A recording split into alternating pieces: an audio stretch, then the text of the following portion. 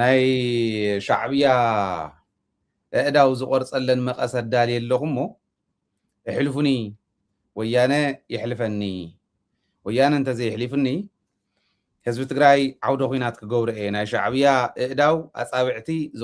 ዝቆርጽ መቀስ ሒዘ ስለ ዘለኹ ኣይተደናግሩኒ ዝብል ዜና ትማሊ ሰሚዕና ነርና ምናልባሽ ኣብ ምሸት ከባቢ ድሕረታ ናይ ክልቴና ፕሮግራም እውን ሓንቲ ዝሕለፍክዋ ነይራ ናይ ኮማንዶ ዝምልከት ክንዱይ ዝኣክል ኮማንዶ ኣለና ንሕና እኮ ብኮማንዶ ሕዘ ይኮናን እዚ ትሪኦ ዘለካ ሕዚ እዚ እንዳርኣዩ በቃ ቀይ መለዮ እዮም ዝብልዎ ነዚ ለባሲ ኣለና እንደዝብል ጃሃራታት ትማሊ ዝሕለፍናዮ ነይሩ ኤኒዌይ ሕዚ ክንሰምዕ ከለና ግን ኣዲስ ኣበባ ኣብ ቀውጥላ ኣብ ሓያል ቀውጢ እኒሃ ዝብል እቲ ዜናና ሰበር ኢልናዮ ዘለና እውን ከምኡ እዩ 6 ምክንያታት ኣዲስ ኣበባ ብፍላይ 4 ኪሎ ናብ ዕግርግር እትዮን ኣለዋ ዝብል እዩ እቲ ቀዳማይን ብስሩ እውን ወታደራዊ መፈንቅለ መንግስቲ ክግበር ዶ ይኮን ኣብዚ መዓልቲ 2 መዓልቲ 3 መዓልቲ እንዳተባሃለ ዝፍራሕ ዘሎ ማለት ብግልፂ ንምቕማጥ ወታደራዊ ኣዘዝትን ፖለቲካዊ መራሕትን ዘይተስማዕምዕሎም ጉዳያት ከም ዘለዉ እዚ ከዓ ብሄር ነክ ዝኾነ ሕቶ ዘልዓለ ናይ ሰራዊት ኢትዮጵያ ኣዘዝቲ ምስ ፋኖን ምስ ኦላን ንኽትሰርሑ ቲፒኤልኤፍ ከፊልኩም እዩ ዝበሃሉ ኣባላት ሰራዊት ኣዘዝቲ ሰራዊት ኢትዮጵያ እዮም ተታሒዞም ዘለዉ እዚዩ ኣብ ዝሓለፈ እውን ኣቕሪብና ነርና ኢና ናይ ኣምሓራ ተወለድቲ ብፍላይ 5 ጀነራላት ሽሞም ፀዊዕና ብደንቢ ኣብ ናይ ፖለቲካ ተሳትፎ ዘለዎም ከዓ ብስሩ እውን ካብ ብልፅግና ክባረሩ ኣለዎም ዝተባሃሉ ደመቀ ሓዊሱ ናይ ገዛ እሱር ዝኾነ በዓል ብናል ፈንዷለም ይልቃል ከፋለ ባዕልቱ ፕሬዚዳንት ናይ ኣምሓራ ዝነበረ ካልኦቶም እውን በዓል ኣብርሃም ኣለኸኝ በቃ ድራማ እንዳሰርሐ ከም ባጫ ህዝቢ ትግራይ ዘነውር ዝነበረ በዓል እዚኦም ካብ ብልፅግና ብስሩ ክባረሩ ኣለዎም ኢሎም ሒዞሞም ኣለዉ ሕዚ ብዝቕፅል ጉባኤ ከባርርዎም እዮም 19 ሰባት እዚኦም ይቀየሩ ተባሂሎም ተታሒዞም ከም ዘለውን 5 ጀነራላት ከም ተኣሰሩን ኢና ኣቐሚጥና ነርና ሕዚ ግን ኣዘዝቲ ሰራዊት ኢትዮጵያ ምስ ፋኖን ኦላን ትሰርሑ ኣለኹም እዚ ንክትገብሩ ከዓ ቲፒኤልኤፍ ይኸፊልኩም ቲፒኤልኤፍ ዝፈጠሮ ዕግርግር ዓዲ ሸይጥኩም ትኸዱ ኣለኹም ተባሃሉ ኣብ ገምጋም ኣብ ዕላዊ ገምጋም ማለት እዩ ዝተገምገምሉ ንምንታይ እዩ እንተኢልካ ሰራዊት ብዘይተገመተ መልክዑ ሰራዊት ብዙሕ ሰራዊት ተማሪኹ ፋኖ ማሪኽዎ ብዙሕ ሰራዊት ትናይ ጸለምቲ ንግደፎ ኣይንዛረቦን ስለ ዝበልና ከምዚ ትም ዝበልና ስትም ክንብል ደሊና ኢና ኢሎም ሻዕብያ ኢሎሞም ቀደም ስለዚ ትም ዝበልና ትም ክንብል ስለ ዝደለና እምበር ኣብ ጸለምቲ እውን ናይ ባዕሉ ነይሩ ግን ፋኖ ማሪኽዎ ኦላ ማሪኽዎ ንምንታይ ክንዱእ ዝኣክል ሰራዊት ተማሪኹ ኣፅዋር ኢትዮጵያ ዘምፃቶ ኣፅዋር ፋኖን ኦላን ንምንታይ ዓጢቖም ዲፖታት ኣብ ኣምሓራ ክልል ዝነበሩ ዲፖታት ብምልኦም ኣብ ሰሙን እዚ ኩሎም እዮም ብፍላይ ኣብ ገጠራት ከባቢ ውርድ ኢሎም ካብ ከተማ ውፅእ ኢሎም ዝነበሩ ብምልኦም ናብ ፋኖ እዮም ኣትዮም ከመይ ኢሉ ዝብል እዩ ነይሩ ትገምጋም ፍልፍላትና ከም ዝሓበሩና እዚዩ ትገብርዎ ዘለኹም ኮነ ተባሂሉ ሰራዊት ንኽማርኽ እንዳገበርኩም ብቲፒኤልኤፍ ተኸፊልኩም ቲፒኤልኤፍ መቐለ ከፊላ ተሽከርክራላ ንኢትዮጵያ ንዓኹም ንናይ ኢትዮጵያ ሰራዊት እውን ንናይ ትግራይ ሰራዊት እውን ትእዝዝ ዘላ ቲፒኤልኤፍ እያ ለዚ ተኸፊልኩም ኢኹም ተባሃሉ ጀነራላት ካብ ጥቕሚ ወፃኢ ገይሮሞ ምናልባሽ ክርሽንዎም እውን ይኽእሉ እዮም ዝብል ገምጋማት ኣሎ ነገር ግን ካብታ ስብሰባ ምስ ወፁ ናይ ገዛ እሱር ንክኾኑ ከምቲ ነገረ እዩ ከም ተኣዘዙ እዩ ሓቢሩና ግን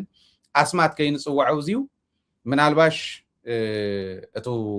ዝርዝር ክበዝሕ እውን ይኽእል ዝብሉ ስለ ዝሃውና ቀፂልና ምስ ተስማት ምስ ነገሩና ካሊእ ሓበሬታ እውን ስለ ዘሎ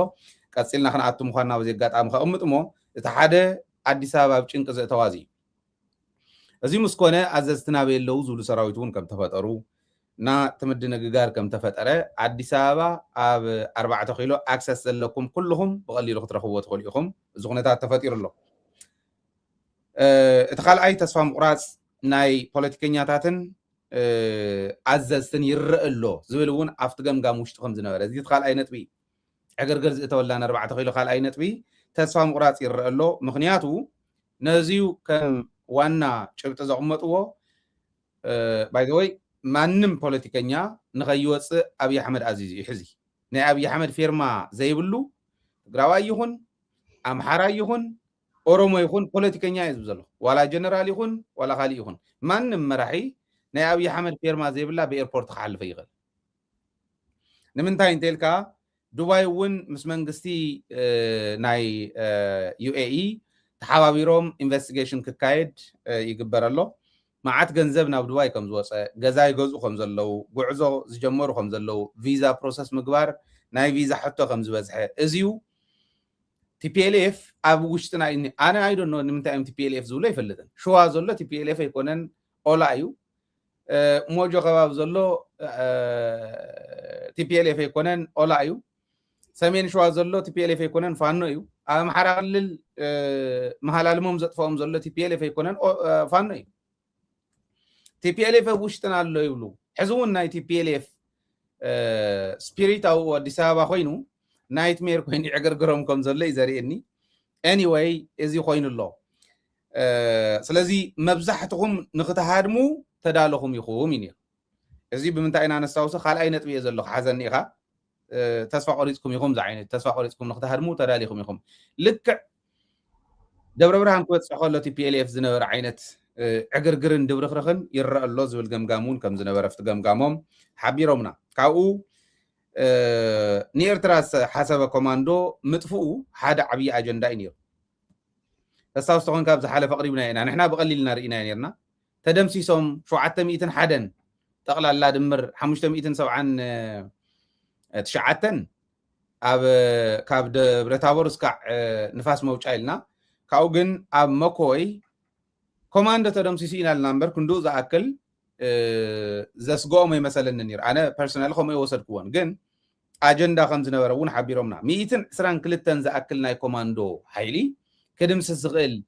ሓይሊ እንተፍርዩ ፋኖ ስለዚ ንንየ ካብ ምኻድ ኣውዚ ክውዳእ ነይርዎ ዝብሉ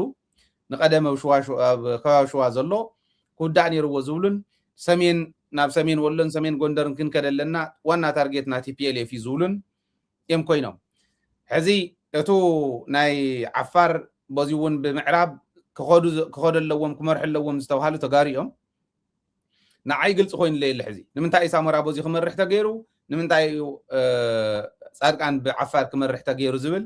ግልፂ ኮይኑለ የሎ ምክንያቱ ናብ ትግራይ ኢትዮጵያ ናይ ኢትዮጵያ ሰራዊት ዘበለ ኢትዮጵያ ዘሰማራወቶ ኩሉ ኢትዮጵያዊ ዘበለ ኩሉ ካብ ትግራዋይ ወፃኢ ናብ ትግራይ ይክዘምት ናብ ሰሜን ሸዋን ሶሪ ናብ ሰሜን ወሎን ሰሜን ጎንደርን ይኸይድ ተባሂሉ ኣሎ ኣውዚኦም ባእስ ፈጢሮም ምዕራብ ትግራይ ሒዙ በዚውን ብዓፋር ሒዞም ምኻድ ይኸይዱ እቶም ተጋሩ ፀገም የለን ነገር ግን ንትግራይ ካብ ምኻድ ኣብዚ ቀረባ ዘሎ እንተዘይወዲእናዮ ፋኖ ክቋፃፀራ እዩ ንፅባሒታ ዝዓይነት እዩ ምክንያቱ ፋኖ ይኮነን ቲፒኤልኤፍ እዩ ኦላ ይኮነን ቲፒኤልኤፍ ይብሉ እዛ ቲፒኤልኤፍ እዚኣ ከምኡ እንተትኾነልና ከመይ ፅቡቅ ነይሩ ይመስለካ ከም ኣብ ፋኖ እውን ፋኖ ኮይና ቦቲ ተኣቱ ኦላ ኮይና ቦቲ ተኣቱ ዝኾን ፅቡቅ ነይሩ ኤንወይ ዝኽእሎ የለን ደይበልኩምን ከምዚ ደይበልኩምን ስልጠንኡ ጎዲልዎ እዩ ከምዚ ኢልዎ እዩ ብቻ ነንባዕሎም ዕግርግር ከም ዝእተዎም 122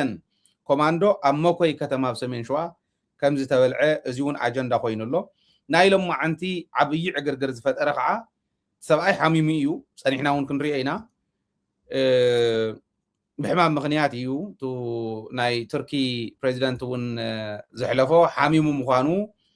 እና ምሕረት ከውርደሉ እውን ተመንዩ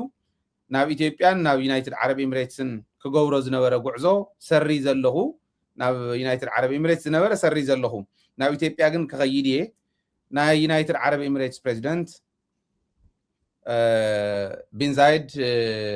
ምሕረት የውርደልካ ኢሉ ለጢፍዋ ስንእለት እዮም ኣልዒሎማ እዚኣ ንበይና ክነቕምጣ ኢና እዚኣ እውን ስጋኣት ፈጢራትሎም ኣብ ልዕሊ ዕግርግር ኮይኑ ከም ዝሓደረ ምክንያቱ ናይ ዩናይትድ ዓረብ ኤሚሬትስ ኩናት እምበር ናይ ኢትዮጵያ ኩናት ኣይኮነን ናይ ኢትዮጵያ ድሌት እውን ኣይኮነን እዚ ራብዓይ እዩ ማለት እዩ ሓምሻይ ሙከራ መፈንቅለ መንግስቲ ተገይሩኒ እዩ ዝብል ናይ ኦሮሞ ፖለቲከኛታት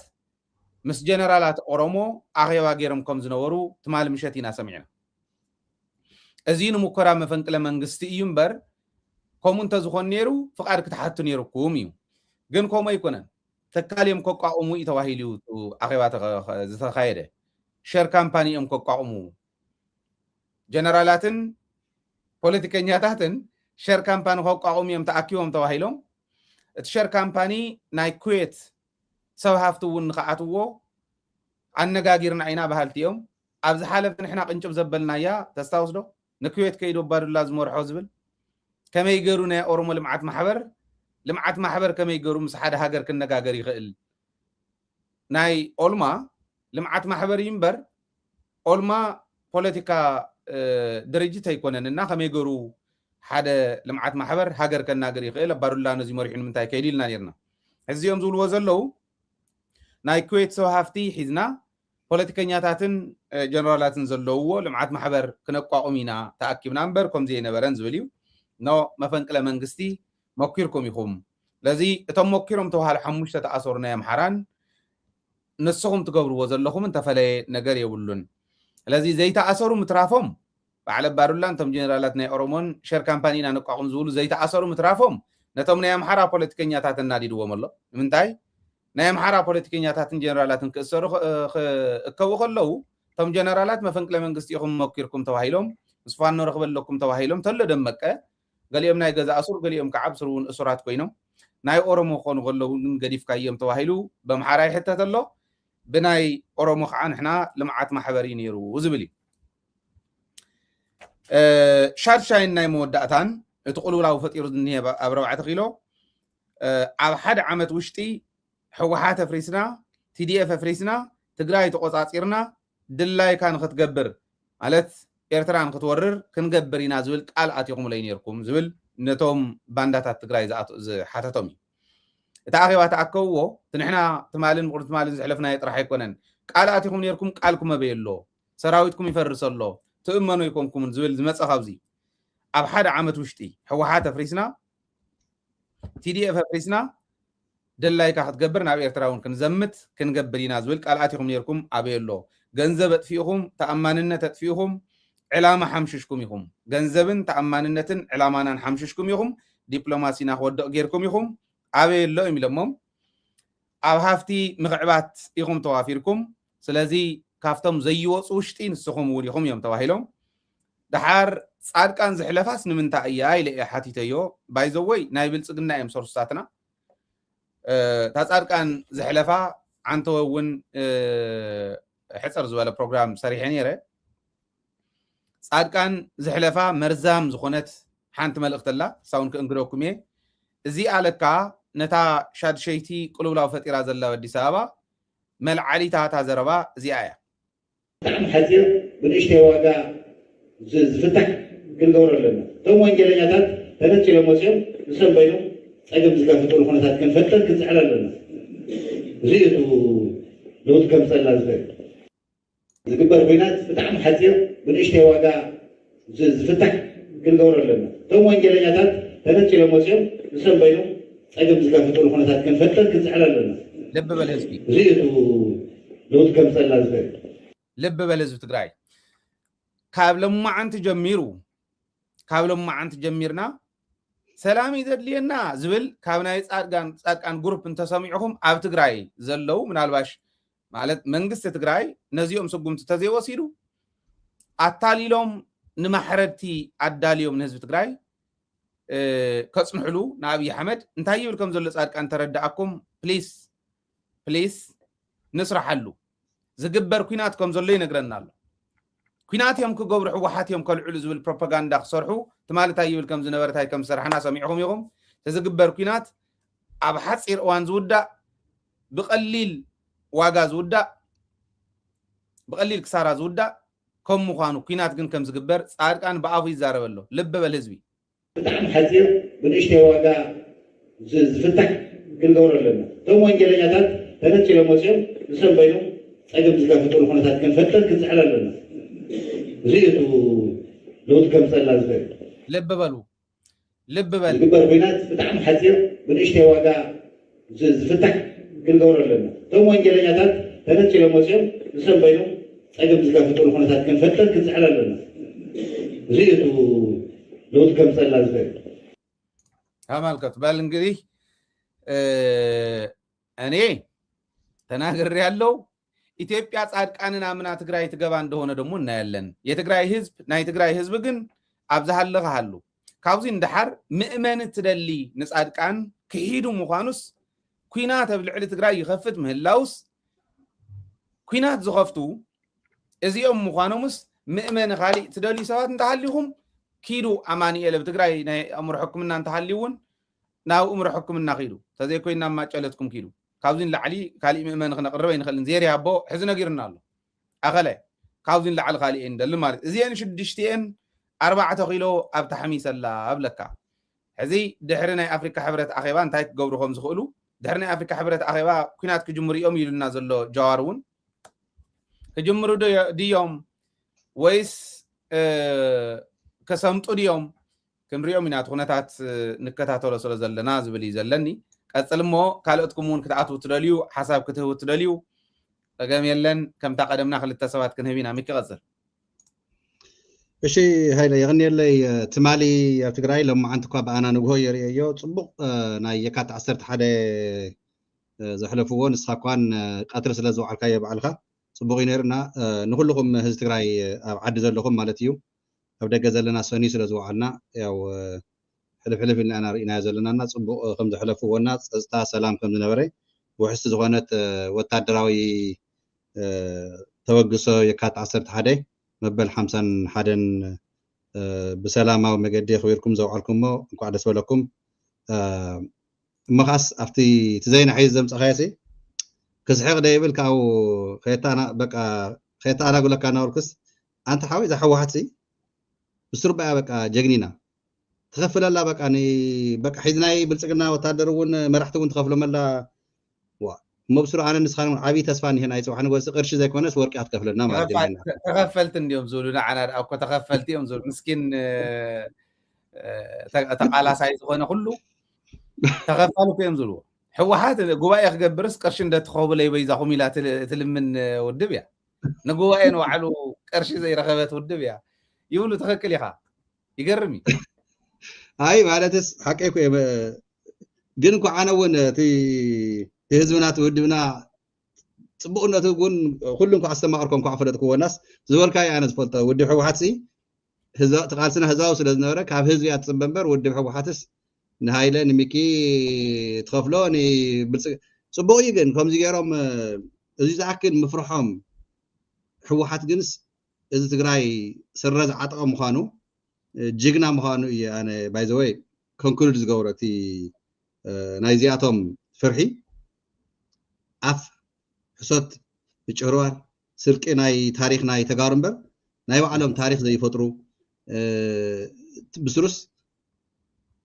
ታይም ይኽብለካ ግን እቲ ናብ ኤርትራ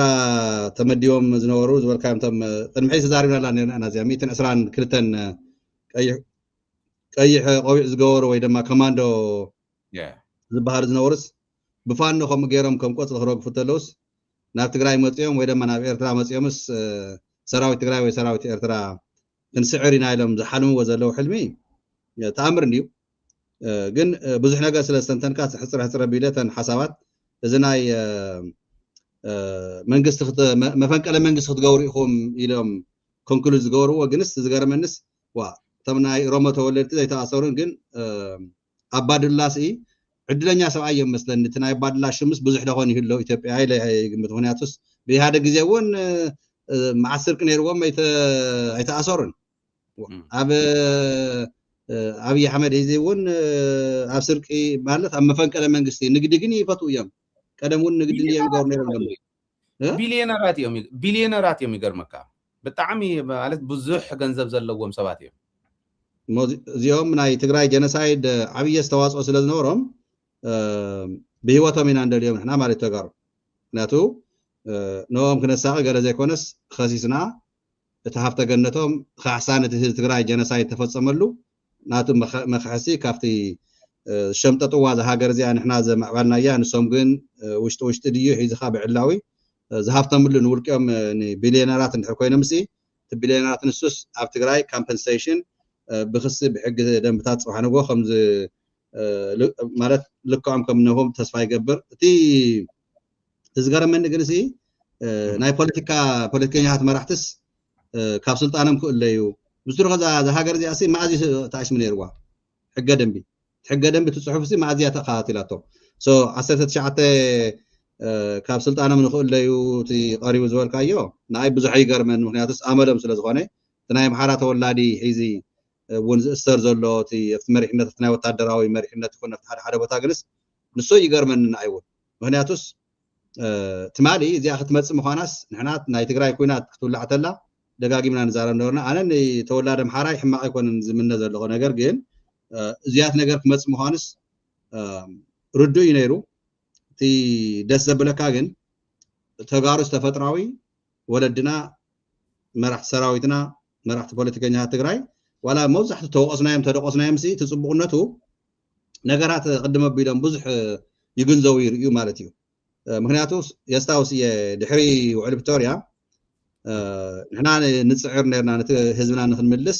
ፀላእትና ግን ሽርሖም ዝነበረ የስታውስ ኣብይ ኣሕመድ ተወሰነ ኣዋርሓት ንሰራዊት ትግራይ በጅቱ ናይ ቀለው ናይ ሓደ ነገር ኣመዓራሩ ኢሉ ነይሩ ሽዑ ከዓ ንፋኖ ንዑ ዋቅዑ ንምስበለ እቶም ውሕልላት ዝኾኑ ሰራዊት መራሕቲ ኣይነተግበሮን ኢሎም ምስ ኣበዩ ካብኡ ፅንዒሉ ንኤርትራ ንሳ እውን ኣይፋልናን ረኻታ ውዒል ሓዲራ ትመፅእ ጣጣሲ ኣቅድመ ኣቢሎም ስለ ዝርእይዎ ዝነበሩ ሕዚ ግን ብልፅግና ካብተን 11 ትማር ትብሎ ነበርካስ ብጣዕሚ ዝገርም ድዩ ተንዘሎ እዝታት ሲ ናብ ትግራይ ኩለን ዋላ ኦሮሚያ ዝነበራ ተቀራስ ናብ ትግራይ ምፅይዎን ኣሎ ሕዚ እቲ ትቐንደለሎ ዝበሃል እሊት ግን ብፋኖ ይድቆስ ብፋኖ ይማረኽ ኣሎ ካብኡ እንታይ ኢልካስ ተፅዋራት ኣብዚያ ትማሊ መስለኒ ብቅድሚያ ኹም ተልኒያስ 1000 ሰራዊት ዕጢቁስ ናብ ትግራይ ናብ ኤርትራ ክዘምት ዝበልናያስ ታይደ ነይረ እምቧ እሞ ንሕናሲ ዕድለኛታት ኢና ንከውን ማለት እዩ ምክንያቱስ ፍርቂ ሚልዮን ዕጥቂ ንትግራይ ፍርቂ ሚልዮን ዕጥቂ ንኤርትራ ዓብይ 10 ሚልዮን ሰራዊት 10 ሚልዮን ሰራዊት ዋየ ኣነ 1 ሚልዮን ይመስል ነይሩ 10 ሚልዮን እኮ እዩ እንታይ ዲ 10 ሚልዮን ሰራዊት ባይዞ የፍታ ናይ ኮማንዶ ምርቃት እንዲዩ እኛኮ 10 ሚልዮን ሰራዊት ማሰልጠን የምንችል ባዕሎ እዚውን እኮ በድምጽ ቀሪብና ነርና ሚሊዮኖች በሳምንታት ማፍራት የምትችል ሀገር ናት የ130 ሚሊዮን ሀገር ስለሆነች ምናምን ይሉስ 10 ሚልዮን ክነፍር ንኽእሊና ይሉ ኦሮሚያን ኣምሓራን በይነን ሓሙሓሙሽተ ፍርያ ኣውፃን ተልናየን ከውፃ ዝኽእላ እየን ብጀካ ሃረሪ ቤንሻንጉልን ጋምቤላን ብጀካ እዚአን ከም ኩነታት ክንገብሮ ኢና ትሕቲ ሚልዮን ስለ ዝኾና እዩ ተም ካልኦት ክልላት ከዓ ሚልዮን ከውፃ ዝኽእላ እኮ እየን ንሕና እኮ እንተደሊና 10 ሚልዮን ከነፍር ንኽእል ኢና እዩ ነይሩ ዘረባ 10 ሚልዮን ካልኣይ ግዜ ተዛሪቡ ዋሳ ከዓ ክወስኸልካ ኣብ ፓርላማ እውን ንኤርትራሲ 10 ሚልዮን ሰራዊት ለቂቐ ከም ውሕጅ ዋይፕ ኣውት ገብራ ክእል ኢሉ ኣብ ፓርላማ ኢሉ ኣደባባይ እዚያሲ ተዓቅሞም ዘይምፍላጥ ኮይ እምበር ግደፎም 10 ሚልዮን 1 ሚልዮን ዋዕልስ መዓት ወታደር ምዃኑ ሓደ ክንፈልጦ ንክእለና ካልኣይ ሎጂስቲክ እኒአ ናይ ስንቂ ኢልካ ናይ ዕጥቂ ኢልካ እዚያት መካናይዝ የድልዮ እዩ ክንደይ ፀዋሪኻ ከተምፅእ ናብ ትግራይ ናብ ኤርትራ ዳሕራይ ከ ኣነ ኮ እዚሲ ማለት ኩናት መስዋዕት ኣለዎ እንድዩ ግንስ ነዚኦም ክትማርኽ ከለኻ እንታይ ግደፎም 10 ሚልዮን 1 ሚልዮን መውፂኳስ እዚ ፍርቁ እንድሕር ማሪኽካ ዮ እንታይ ኢኻ ትቕልዎ ባይዞ ሓቂ ናቐደር ከይመስለካ ነዚ ሕዝውን እንታይ ይውል ይመስለካ ሓደ ታሪክ ነግረካ ይቅርታ ሓሳብካ ከይብትነልካ ነነሶከ እንታይ ይውሉ ሓደ ኣብዚኡ ፀግዒ የሎ ተጋዳላይ ኣብዚኡ ቀረባይ ጎረቤተይ ማለት እዩ እና ንምንታይ እያ ወያነ ትለቆም ተሰዶም ነቶም ምሩኻትሲ በቃ ብዝማረኸቶ ከምዚ ከይትገብሩ ንቤተሰብኩም ከምዚ ንገርዎም ንኻሊእ ንገርዎም ኢላ ትሰድድ ንምንታይ ዚስ ከምኡ ዲ ይኾን ነይርዎ ዋላ ካሊእ ስራሕ ዶ ኣይመተለየሎምን ገለ ኢለ ይሓቶም እንታይ ኢሉ መሲልካ ካፍቲ ትማርኾ ኣፅዋር ንታሕቲ እዩ እንተሰዲድካዮም መፅኦም ክትኩስልካ ዝኽእሉ ሕዚ ሓደ ሰብስ ልክዕቲ ደብረፅዮን ዘረቦ ዝነበረ ትኽክል እዩ ነይሩ 5 ግዜ ዝተማረኸ ሰብ ፈልጥ ኢሉ ሰብ ጎረቤተይ እኒሄ ዝብለካ ኣሎ ደብረፅዮን እውን ይብል ነይሩ 5 ግዜ እኮ ማሪኽና የሚና እንዳለ 5 ግዜ ዝተማረኸ ድሓር አንታ ተወድስ መፅኡ ከም ዝበለ ገለ እንተኢሎም እንታይ ኮንካ እንታ ገለ እንተኢሎሞ ንስኹም እንታይ ከፊኡኩም እሞ ሓሙሽተ ብረቶም ፅኢለ ሓሙሽተ ከላሽን ሒዘልኩም መፅእ ኣለኹ እኮ ይብለካ እዚ እናበለስካ ትሰዶም ርዩ እዚኻ ትገብሮም እቶም ዝሞቱ ሞይቶም እዮም እቶም ዝማረኹ ግን ዕድለኛታት እዮም ከምኡ ጌርካ ነጊርካ ልክዕኹም ዝሕዝ ዝገብርዎ ዘለዉ ንፀለምቲ ሓንቲ ግዜ ኣተኣትያ ተወፅያ ዓዲ ገብሩ ደው ኢልካ ሕተት ካልኦትኩም እውን ዓዲ ገብሩ ደው ኢልኩም ሕተቱ ዓዲ ገብሩ ተጥለቕሊቓላ ብመንእሰይ ተጋሮ ይቆትሉን ተጋሩ ይንከባኸቡካ እዮም ገለ ሰምዑ ምስ ከላሽኖም ንዓዲ ገብሩን እንዳባጉና ይኸድሉ በዚህ አጋጣሚም የኢትዮጵያ ሰራዊት ማይ ጸብሪ ጸለምትና እዛ አካባቢ ያሉት መንገድ ባገኘህበት መውጫ ባገኘህበት ቁጥር ውጣ ዓዲ ገብሩ እንዳባጉና ከገባ ሰራዊታችን ይቀበልሃል መሳሪያን አስረክበ በሰላም መኖር ትችላለህ ሙኽብል ቀጽል እዚሁ ተወሳኸ እንተሆነ ቃይለ ሓምሽተ እዋሕ አይ ማለት አፍቶም ቀንዲ ብዙሕ መጉዳት ዝፈጠሩ ክልቆ ዘይግቦም ንምልቃዕ ይዘና ደካ እምበር ቶም ካልኦት ወታደራዊ ሳይንስ እውን ከምቲ ዝብልና ቶም ባይታ እውን ሒዚ ዘርድጓስ ብስሩ እውን እቲ ብቐሊሉ ማሪክካ ክሰድም ተለካ ተመሊሶም ክወሰዱ እውን ኣይዋግኡኻን እዩ ምክንያቱስ ተማሪኾም ዘይንቀትሎም ምዃንና ዘይንጎዶም ምዃንና ስለ ዝርድኦም ከምቲ ትብሎ ዘለካ ያው ግን ኣነ ተስገኒ ዘላስ ርኢኻ ክማርኹ ተለዉ ካንስ ተወሰነ ግዜ ክትሕዞም ኣለካ ክትንቅሖም ኣለካ እዚ ትገብር ካነሰይ ባጀት ንባዕሉስ እዚ ዝኣክል ተኾነ ልቢ ገይሩ ባዕሉ እቲ መሳርሒ ዝሒዝዎ ኒስ ባህሮሙ ዝመሊሱ ነቲ ስርዓት ኣይሕዝን በቃ ሒዚ እውን ክዘምት እየ ዝብል ተገጢሙሉ ብቐሊሉ ይዕርፍ እምበር ኣነ ብጣዕሚ ዝገርምኒ እቲ ሃገር እንታይ ዓይነት ኢኮኖሚ ክተርፋ ከምዚያት ዓይነት ህዝቢ ኣምፂኻ ክተጥጥቆ ናብ ሓዊ እዚ ዝኣክል ህዝቢ ትማሊ ብምኢት ሸሓታት ትግራይ ተሰውኡ ወይ ድማ ዝሞቱ ህዝቢ ኢትዮጵያ ኣደታት ኢትዮጵያ ይፈልጣን እዚዩ ኣይንገሮምን እኮ ሕዚ ወይ ትግራይ ጥራይ እኮ መርድኦ ተገይሩ እዚ ከዓ ኮነ ኢሎም ንጌታቸው ንፃድቃን ኣብ መኸተ እንዳሃለና ንትግራይ ሞራል ንምውቃዕ እኮ እዩ እቲ መረዳታት ተገብረ ትግራይ ግልፂ እኮ እዩ ነይሩ ሕዚ ወይ ማለት ሕማቅ ነገር ኢለ ኣይኮነን ግን ኣብ ኩናት እንዳሃለካ መኸተካ እንታይ ደምደምካ እንዳሃለካ እንታይ ተዓፀወ እንዳሃለ ወይ ትግራይ ሓንቲ ክልል ኮይናስ መርድኦ ሂባ ሃገር ሙሉእ ግን ከም ሃገር ከም መንግስቲ ደረጃ ዝብል ዘሎ ብልፅግና እዚ የተተግበረና እቲ ዕጥቂ ሓቅን ምዝራብ ያው ዘመናዊ ኣፅዋራት ሒዙ መፅኡ ዘመናዊ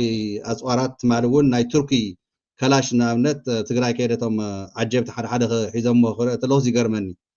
በቃ መነፀር ዘለዎ ኩሉ ነገር ዘመላልእ ብናኪለር ማለት እዩ እዚኣ ትርኢ ተለካ ይገርመካ ሒዞሞ ዝመፁ ኣፅዋራት ግን ካብኡ ንላዕሊ ስለ ዝኾነ ያው የምናልባት ተለይልና ዛዚምና ዛ ምዕራብና ህዝብና ናብ መረበቱ መሊስና እቲ ዝመፅእ ኣፅዋራት ግን ዘመናዊ ስለ ዝኾነ ንሕና እቲ ናይ ወታደራዊ ኣፅዋራት ብዙሕ ውጭ እውን ዘይክነውፅእ ንኾን ኢና ኢለ ዝኣምን እቲ ኮማንዶ ግን ንሶም ዝፍክርሉ እንታይ ዓቕሚ ዘለዎ ኮማንዶ እዩ ብዘይ ትግራይ ኢትዮጵያ ባዕሉ ኮይልና እዩ ኣብዪ ኣሕመድ መቐለ ኣይተስታውስኒ 2018 ናብ ስልጣን ዝመፀ ትግርኛ ክፈልቶ ኢሉ 15 ደቂቃ ከዛሪቡና መቐለ ክንዲ ህዝቢ ትግራይ ተቐበሎ ይነበረን ድሕራይ ካኢልናስ ትግራይ ብዘይ ኢትዮጵያ መኪና ብዘይ ሞተር እያ ኢሉና ሞተር ዘይብላ መኪና ድዮም ዘዊሮም ናብ ትግራይ ክመፁ ክምክሩ ምክንያቱስ ብዘይ ሞተርስ ምንቅስቃስ የላ እና እዚኣቶም ሓቅን ምዝራብ ግን ታናይ ቲፒኤልኤፍ ወይ ድማ ናይ ህወሓት ዝበልካ እያ ብጣዕሚ እያ ተመቻትኒ እቲ ራዕደ ኣዲስ ኣበባ ፍሉጥ ኮ እዩ ጨኒቕዎም ኮ እዩ ዘሎ ናይ ብሓቂ እዛ ፅምዶ እዚኣ እንታይ ደረጃ ኣብፂሓታ ዘላ ነታ ፈረኽረኽ መባለም እዚኣቶም ፍሉጥ እዩ ሒዚ እቲ ናይ ጻድቃን ቪድዮ ዘርእኻዮ መቸም የምናልባት ጻድቃን ግን ኣይዶነ በትግርኛ ይፈልጦን እምበር ኣብ ኣሜሪካ ኣብ እርጋኑ ሰብ ኦልታይመር ወይ ድማ ደሜንሽያ ዝበሃል ሕማማት ኣለዉ ዶክተር ኣይኮንኩን ግን ከምታት በቃ ብጣዕሚ ኮመን እዩ ኣብዚ ዓዲ ሒዚ ኣብ ከምኡ ደረጃ በፂሑ ዘሎ መሲሉ ተራእዩኒ ምክንያቱስ ሓደ ቪድዮታት እንዳጋጣሚ የብለን ሒዚ እምበር ክርኢ ተለኹ ክሊፓት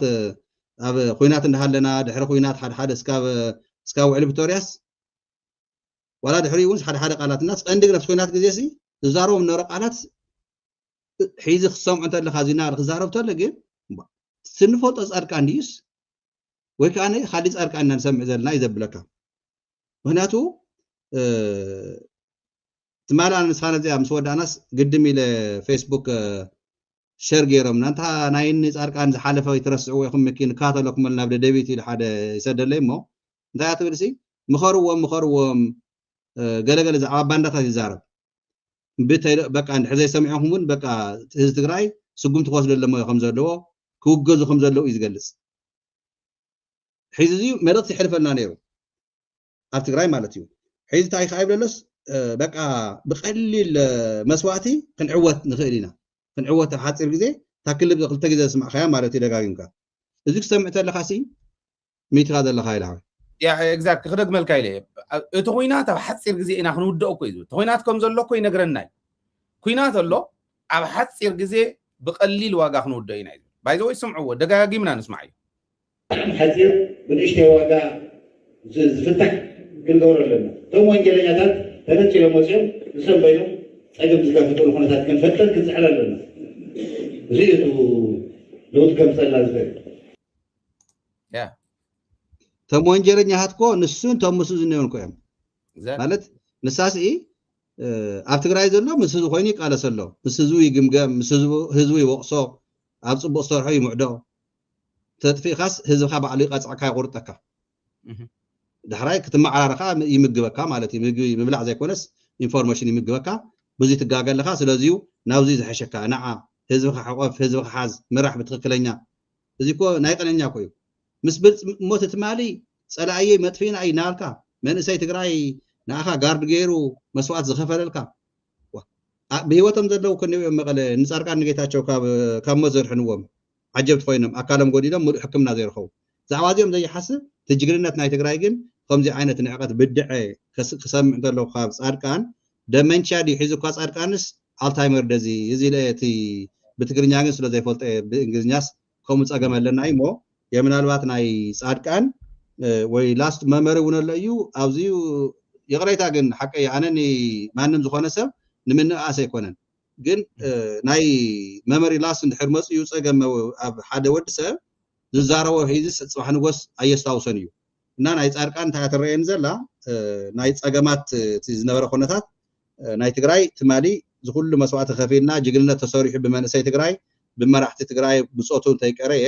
ሒዚ ግን ንተው ዝኒሄ ጅግና ሒዚ እውንስ ንዕቁስ ብቐሊሉ ሓፂር ግዜ ከም ንቋፀሮ ቀሊል መስዋዕቲ ከም ዝኸፍሉ ወቅቲ ጅግና ተጋዳላይ ትግራይ ከንታይ ኮይኑ ነዚ ማለት ከዓነየ ዓቕምካ ዘይምፍላጥ ወይ ድማ ዝኾነ ናይ ሕማም ጠገም ስለ ዘለዎ እምበር ናይ ፃድቃን ነገር ተዛሪብካ ይውዳእን እዩ ዝሮ ግንስ እታ ናይ ኣፍሪካ ሕብረት ኣኼባታት ወዳዲኦም ናብ ኩናት ምእታው ዝበሃል ዘሎ ግን ተፈኻረታት ለሚድናዮ ኣለና ህዝቢ ትግራይ ግን ሓንቲ ነገር ክብለ እዚ ሃይልሃ ወይ ካብኡ ናፍቲ ካሊእ መደብ ክንከይድ ኣብ ሰዓት እዚኡ ብዙሕ ዘዳናገሩ መልእኽትታት ንሰምዕ ንርኢ ኣለና እንታይ ኢና ክንገብር ከም ብሓድሽና ናብ ኩናት ንኣቱ ሒዚ ንምንታይ ኢና ብሰላም ዘይንፈትሖ ዝብለና ኣሎ ሰላም መኩርና 3 ዓመት ሙሉእ ለሚና ኩሉ ነገር ዘይተመኮረ የለን ብትግራይ ደረጃ መንግስቲ ትግራይ ህዝቢ ትግራይ ሕወሓት ሒዚ እውን ብሰላም ህዝብና ናብ መረበቱ ይመለስ ኣብ ምዕራብ ዝነበሩ ጥቃት ይውፅኡ ምምሕዳር ናይ ምዕራብ ብተጋሩ ይኹን ኢሉ ሰላም ኢሉ ዘርጊሑ ሒዙ እውን ይልምነሉ ህዝቢ ትግራይ ይልምነሉ መሪሕነት ትግራይ ንሕና ግን እናለመና ህዝብና እናሞተ ኣይንቅፅለሉን እዩ መጨረሹ እዚኣ ስለ ዝፈለጠ ሒዚ ግን ንመደራደሪ ድልዎ ንትግራይን ኤርትራን ብሓደ ግዜ ክወቅዕ ዝበሃል ነገር ግን እታ ናይ ፅፍሪ መቁረፂ ዝበልካያ ኣላ ኣብ ኣይለኸ ዓፅዋ እታ ፅፍሪ መቁረፂ ሲ ንኤርትራ ፅፍሪ መቁረፂ ማለት እታ መቐስ ዓይነት ዘለቶም ዝበልዋሲ ሰራዊት ኤርትራ ከዓ ነየሲ ኣብኡ እንተይበፅሑ ወይ እግሮም ወይ መልሓሶም ቆርፆም ምዃኑ ኸ መልእኽቲ ዘይፈልጡ እቲ ናይ ኤርትራ ሰራዊት ከ ስኢሉ ድዩ ዝኽሪኦም እቲ ናይ ትግራይ ሰራዊት ከ እንታይ ድዩ ዝገብር ቆረፃ ኣበይ ድዩ ዝፍጠርና ኣብዚኣ ጠው ከብላ ሃይል ሓወይና እቲ ንዕቐቶም ግን ብጣዕሚ ዝገርም ፅብቕቲ ሓደ ኣብዚዩ ማሹ ሓጎስ ዝብል ኮመንት ዝሃቦኒ እቲ ናይ ምርኮኛ ምሩኻት ምልቃቕሲ ኣድቫንቴጅ ኣለዎ ሓደ ምሩኽ 250,000 እዩ ሒዙ ዝመፅእ ይብል I think ተንጠያይቲ ተዓጥቂ ከም ዘለዋ ክትግምገም ከላ ይመስለኒ 250,000 ትኾን ዘላ ኣነ እውን ይርዳእኒ ትክክል እዩ 1,000 እንድሕር ተማሪኹስ 250 ሚልዮን ቅርሺ ሒዙ ዝመፅእ ማለት እዩ 1,000 ምሩኽ ፋኖ ብቀዳማይ ኣብ ሓንቲ መዓልቲ 1,000 ምሩኽ ማሪኹ ግን ከዓመይሱ ምስ ዲፖ ደብረታወር ከባቢ ዝነበረ ዲፖ እውን ይማሪኽዎ ዝሕዝ ዕግርግር ዘብሎም ዘሎ ደብረታወር ክትሓዚ ተባሂሉ ይግመትን ባይዘወይ ወያነ እውን ኣብቲ ሕሉፍ ክትሕዞ ብጣዕሚ ከቢድ መስዋዕቲ ከፊልዋ ደብረታወር ቁሩ እውን ስለ ዝኾነ እንታይ እዩ ሓደ ግዜ ቃለ መሕተት እናገበሩና ሰማዕኽዎም እናተጣበቀ በረድ ይኸውን ነገራት ኩሉና ከመይ ገይሮም እንዳፍልሑ ነቲ በረድ እንዳቕለጡ ይሰርሑ ከም ዝነበሩ ክሕብሩ ሰሚዐ እዮም ደብረታቦር ሓያል እዩ ኣነ እውን ፈልጦ በኣካል ብጣዕሚ ቁሪ እዩ እቲ ቦታ ከዓ ስትራቴጂክ እዩ ወታደራዊ ስትራቴጂ ወታደራዊ ሳይንስን ጥበብን ዝፈልጡ እንታይ ይብል ከም ዘለኹ ይርድኦም ብደንቢ እውን ዕርዮም ካባይን ላዕሊ ኤክስፕሌን ይገብርዎ እዮም ለዚ ንሱ ከመይ ተሰይሩ ዝብል ሕዚ ተኸታታሊና ዝገልጾ ዘሎ 250 ሚልዮን ብሓንቲ መዓልቲ እዮም ሽሕ ማሪኾም 250 ሚልዮን ካብ ኢትዮጵያ ወሲዶም ኣለዉ ማለት እዩ ለዚ ዕንወት ከም ዘኽትለላ ነቲ ዓዲ ምንም ጥርጥር የብሉን ጃዋር ዝገለጾ እዚ ክወስድ እሞ እዚኣ ብደንቢ አንደርላይን ክንገብረላ ተዓድሲ ካበይ ኣተምፆ እቲ ኢኮኖሚ ዳ እንድሕር ክንድኡ ዝኣክል ተዓንሃልያ ዓንተ ወይ እውን ዘለዓልካዮ ነይሩ ኣላ ድያ ተዓዲ ኢሉ ጃዋር ኢትዮጵያ መች ነው እንደው አሁን እየሄደችበት ባለው ቶሎ አትፈርስም ብለህ ታስባለህ ይለሙ መች አለችና ኢትዮጵያ ይልዎ የት አለች ሰብአይ እኮ ብናይ ዩናይትድ አረብ ኤሚሬትስ ገንዘብ ናይ ኢትዮጵያ ሳላ ይወደግ ሳላ መለስ ዜናው ተሰርሓት ካላት በዚህን እኮ ይዝነብር ዘሎ እዚህን እንዳሸጠ ፕራይቬታይዝ እንዳገበረ ማለት የለን ሓደ ካብቶም ዕግርግር ፈጢሮም የም አዲስ አበባ ዝወልናየውን ናይ ዩናይትድ አረብ ኤሚሬትስ ሓላፍስ እቲ ፕሬዚዳንትስ ሓሚሙ ምስተባህለ እዚ ዕግርግር ወሲኹሉ ንምንታይ ኣብኡ ተኣማሚኒ ኣብይ ኣሕመድ እጆኹም ዝብለና ዘሎ ዝብል ዝነበረ ፖለቲከኛ ንሳ ምስ ፈረሰትና በይኮን ክዘውር ይኾን እዩ ሞይቲ ኢሎም ኣብ ሶሻል ሚድያ እውን ዝዝርግሑ ኣለዉ ናይ ሞቱ ዜና ኣይሰማዕናን ተሓቂ ክነግረኩም እናሃለኹ እዚኣ እንታይ ሓለፍና እያ እታ ዜና ፕሬዚደንት ናይ ቱርኪ ኣብ ናይ ኤክስ ገጹ ዝፀሓፋ እያ ድሓር ግን ኣልዒሎም እዮም ተለኢሎም ካልአይቲ ዜና ንሳ ምስ ኣልዓሉ ናይ ቱርኪ ፕሬዚደንት ቤት ፅሕፈት ዝለጠፍዋ እያ ናብ ዩናይትድ አረብ ኤሚሬትስ ከምኡውን ናብ ኢትዮጵያ ጉዕዞ ክገብር ተታሒዙ ከም ዝነበረን ናይ ዩናይትድ አረብ ኤሚሬትስ ከም ተሰረዘን እዮም ኣቕሚጦም ንሱ እቲ ሰብኣይ እውን ባዕሉ ኤርዶጋን ናብ ዩናይትድ አረብ ኤሚሬትስ ሓሲብዎ ዝነበረ ከም ተሰረዘ እዚ ከዓ ብናይ ዩናይትድ አረብ ኤሚሬትስ ንጉስ ሕማም ምክንያት እዩ ናይ ጥዕና ፀገም ስለ ዘጋጠሞ በዚ ምክንያት ሰሪዘ የለኹ ኢሉ ተለዋላት ልዓል ቲኦም እውን ምሕማሙ ንመሰረዚኡ ምክንያት ምዃኑ ለጢፎም ማዮም ወላ ድሓር የልዕልዋ ብዘይ ግድስ ሰብኣይ ሓሚሙ ዲሞይቱ ጽባሕ ንጎሆን ሰምዑ ኢና ሓሚሙ ከም ዘሎ ግን ዘረጋገፀ እቲ ናይ ቱርክ ፕሬዚዳንት ባዕሉ እዩ ማለት እዩ ስለዚ ናይ ኤርዶጋን ኣብ ናይ ኤክስ ገጹ ዝፀሓፎ ምስራዞም ምልዓሎም እንታይ ኮይኑ እዩ ትወዲ ዝብል ጥርጣረ ዝፈጠረሎም እዮም ማሕበራዊ ሚድያ ሞይቱ እዩ ዝብሉ ዘለው ኣርባሽ ንሪኦ ሞተ ይሞተ ንትግራይ ከምቲ ንፈልጦ እዩ ስለዚ ናይ እዚዩ ብደንበ ፃሪና ኣብኡ ካብ ዘለው ዜና ክንገር እንድዩ ኣብኡ ካብ ዘለዎ ፃሪና ክነቕርበልኩም ኢና ነገር ግን ናብ ኢትዮጵያ እውን ይመፅእ ኣሎ ናይ ቱርኪ ፕሬዚደንት ኤርዶጋን ማለት ናብ ኢትዮጵያ እውን ይመፅእ ኣሎ ምናልባሽ ኣሰላልፋ ፀኒሕና ስለ ንርኢ ተሰላልፋ እንታይ ክመስል እዩ ዝብል ቱርኪ ብድሮናት ሃገራ ትግራይ ኣቕጥቂጣ እያ ቱርኪ ሕዚ እውን ኣብ ልዕሊ ትግራይ ጨፍጫፍ ንኽፍፅም ዝኸይድ ዘሎ መንግስቲ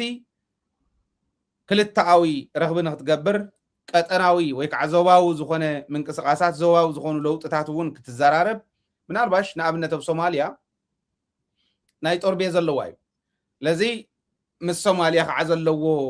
ፈላላይ ንፈልጦ ኢና ናይ ኣብይ ኣሕመድ ፀኒሕና ተሰላልፋ ክነቕምጦ ዋላ እንተኾና ፈላላይ ኣለዎም ዋላ ንይምሰል ኢሎም ልክዕ ከምቲ ምስ ኢሳያስ እናተራኸበ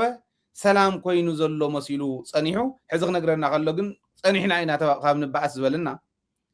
ተናእሰት ናይ መንገዲ ምስራሕ ናብ ዓሰብ እምብለይ ምባሎ መባእሰትና ዝበለና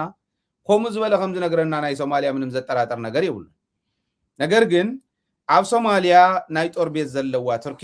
ناب إثيوبيا ممسعة ناي سوماليا ناي إثيوبيان مقرحان كتفتح ليها أو سمون زوز أنا إثيوبيا يهم تعيزبل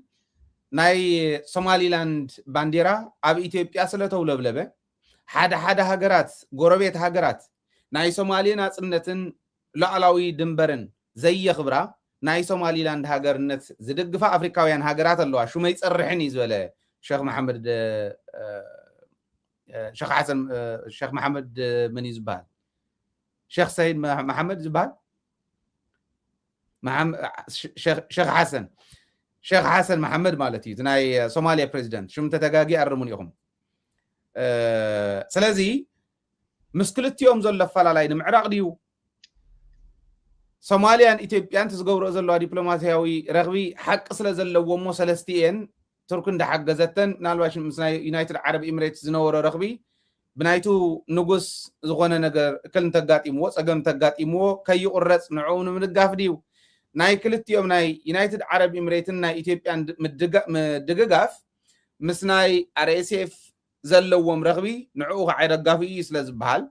تركون تدقوا في سلز بحال نزيو زلوا متنا خيرهم من مخديو عرينا زرزر بلنا أصنعنا مسنا خن نقرأكمينا كافتهم أبدي سابق قلولا وزفت أروح حدا جن أزي خوين رخيبنا يلا نمالتي نعنا علم بعلمة زميتات لنا 5 نبرت نايت مال تاريخنا أي نزمت صلفن تاويان حيلتات دقعه عبلنا قوتيتنا بريتوريا زوبس احنا يمون كم مريت تقراي زوبس أنا يمون جن بحدنتنا أي حدنتنا خشرشر زغل ناي تركو بريزيدانت ناي إثيوبيا ممسا أنت يكونس ناي كم صاد كان زولو قبرأكز نزحو قلسبات زياتهم أب ماغل أوش تجارو أمونغو تجارو فترة وزغولة فلا لايكم مخانو فليتنا إنا خنكذل لنا كاو كل لعلي كوينات كل عال مخاني نقرنا له اتوينات كعب علو زمرحو مخانو تمالن برد مالن نقرناكم هنا بعسب وجن زمرحو نص مخانو تنا إثيوبيا ون تنا تجراي ون مالي